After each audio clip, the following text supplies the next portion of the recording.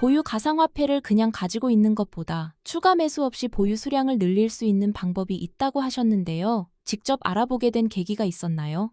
네, 그리고 저도 사실 처음에는 그냥 가지고만 있으면 된다고 생각했습니다. 장기적으로 오를 거라고 본다면 굳이 자주 사고 팔 필요는 없으니까요. 그런데 어느 순간 이런 생각이 들더라고요. 가격이 오르기만 기다리는 동안 내가 가지고 있는 자산을 조금 더 효율적으로 관리할 방법은 없을까? 이 생각인데요. 추가 매수를 하면 수량은 늘어나겠죠. 그런데 계속 새로운 자금이 들어가잖아요. 그래서 기존에 가지고 있는 자산을 활용할 수 있는 방법을 찾아보다가 알게 된 게 라우트라는 구조의 스테이킹이었습니다. 저도 처음에는 기존 스테이킹하고 비슷한 줄 알았는데 막상 구조를 조금 들여다보니까 기존에 제가 알고 있던 스테이킹하고는 생각하는 방식 자체가 조금 다르더라고요. 보통 스테이킹이라고 하면 내가 가지고 있는 자산이 스테이킹을 지원하느냐, 보상률이 몇 %냐 이런 것부터 보게 되잖아요. 그런데 라우트는 그게 아니라 내가 무슨 자산을 가지고 있느냐보다 이 자산을 어떤 운용 경로로 활용할 것이냐 이걸 먼저 보는 구조였고요. 그래서 저도 이 부분이 좀 흥미로워서 실제로 지금 약 3개월 정도 진행하면서 계속 보고 있습니다. 현재 크게 보면 XRP 라우트와 BTC 라우트가 있고요. XRP 라우트는 기관 OTC 유동성을 중심으로, BTC 라우트는 비트코인 유동성 공급을 중심으로 운용되는데요. 그러니까 쉽게 말씀드리면은 내가 가지고 있는 코인을 바꾸는 게 목적이 아니라 그 자산을 어떤 방식으로 활용할지를 선택하는 겁니다. 그리고 저는 이 부분 때문에 기존에 스테이킹을 하고 계신 분들도 한번 비교해 볼 필요가 있다고 보고요. 반대로 스테이킹을 한 번도 안 해보신 분들도 한번 볼만하다고 생각합니다. 사실 스테이킹을 안 하시는 분들 대부분이 스테이킹을 몰라서 안 하는 게 아니라 자산이 묶이거나 구조를 믿기 어려워서 안 하는 경우가 많거든요. 저는 라우트가 바로 그 불편했던 부분을 개선한 새로운 구조라고 보는 겁니다. 기존에는 내가 들고 있는 디지털 자산이 스테이킹이 되나? 이걸 먼저 봐야 했다면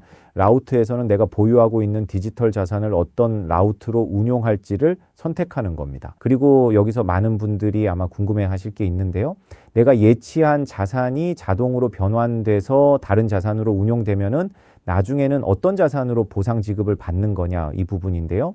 운용 과정에서는 선택한 라우트에 맞는 자산으로 자동 전환돼서 활용될 수 있지만 만기가 되면 최초에 예치했던 자산의 수량을 기준으로 최초 예치한 자산과 보상이 지급되는 구조고요. 그러니까 내가 장기적으로 가지고 갈 자산 자체를 바꾸는 개념은 아닌 거죠. 저는 여기서 기존 방식하고 상당히 차이가 있다고 봤고요. 그런데 사실 이것보다 더 중요한 게 하나 있죠. 그 보상이 도대체 어디에서 만들어지는가. 이걸 모르고 몇 %를 준다는 숫자만 보면 사실 구조를 절반밖에 이해하지 못하는 겁니다. 라우트에서는 어떤 방식으로 보상이 만들어지고 기존 스테이킹과 뭐가 다른 건가요? 저는 사실 이 질문이 제일 중요하다고 생각합니다. 라우트의 보상은 보유 자산을 그냥 맡겨놓는다고 자동으로 생기는 게 아니고요. 자산을 실제 운용에 활용하고 그 과정에서 발생하는 수익이 이용자 보상으로 연결되는 구조입니다. XRP 라우트라면 기관 OTC 시장에서 필요한 유동성을 중심으로 운용하고요. 여기에 유동성 공급이나 단기 유동성 전략 같은 여러 경로를 함께 활용합니다. BTC 라우트는 BTC 유동성 공급을 중심으로 기관 유동성이나 단기 전략을 조합하는 구조고요.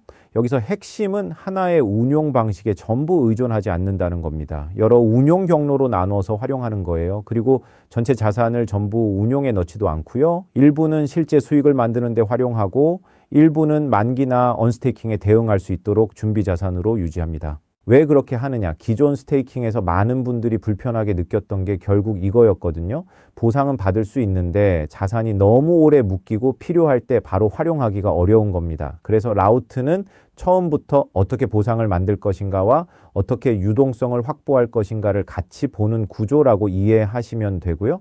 그러니까 단순히 보상률을 조금 더 높이는 게 목적이라기보다는 실제로 자산이 어디에서 운용되는지 또 이용자가 자산을 필요로 할 때 어떻게 대응할 것인지까지 같이 보는 구조인 거죠. 그래서 기존에 스테이킹을 하고 계신 분들은 지금 이용하고 있는 서비스하고 한번 비교해 보시면 됩니다. 단순히 몇 %를 주느냐만 보지 마시고요. 보상이 어디에서 나오는지, 자산을 어떤 경로로 운용하는지, 준비 자산은 어떻게 유지되는지 이걸 같이 보셔야 되는 거죠. 반대로 스테이킹을 한 번도 안 해보신 분들도 너무 어렵게 생각하실 필요는 없습니다.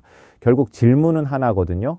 장기적으로 가지고 갈 자산이라면 그냥 가격이 오르기를 기다릴 것인지 아니면 그 보유 기간 동안 자산을 활용해서 수량까지 같이 관리할 것인지 선택지가 하나 더 생긴 겁니다. 저도 이 부분 때문에 라우트를 알아보기 시작했고요. 지금까지 약 3개월 정도 진행하면서 느낀 건 스테이킹을 단순히 이자를 받는 상품으로만 볼 게 아니라 내가 장기적으로 가지고 갈 자산을 어떻게 관리할 것이냐의 문제로 봐야 된다는 것이었고요. 그리고 저는 장기 보유할 자산이 있다면 그냥 가격만 기다릴지 아니면 보유 기간 동안 수량까지 관리할지 이 둘은 한번 반드시 비교해 볼 것 같습니다. 결국 아무것도 하지 않고 기다리는 것도 하나의 선택이고 추가 매수를 하는 것도 선택이잖아요.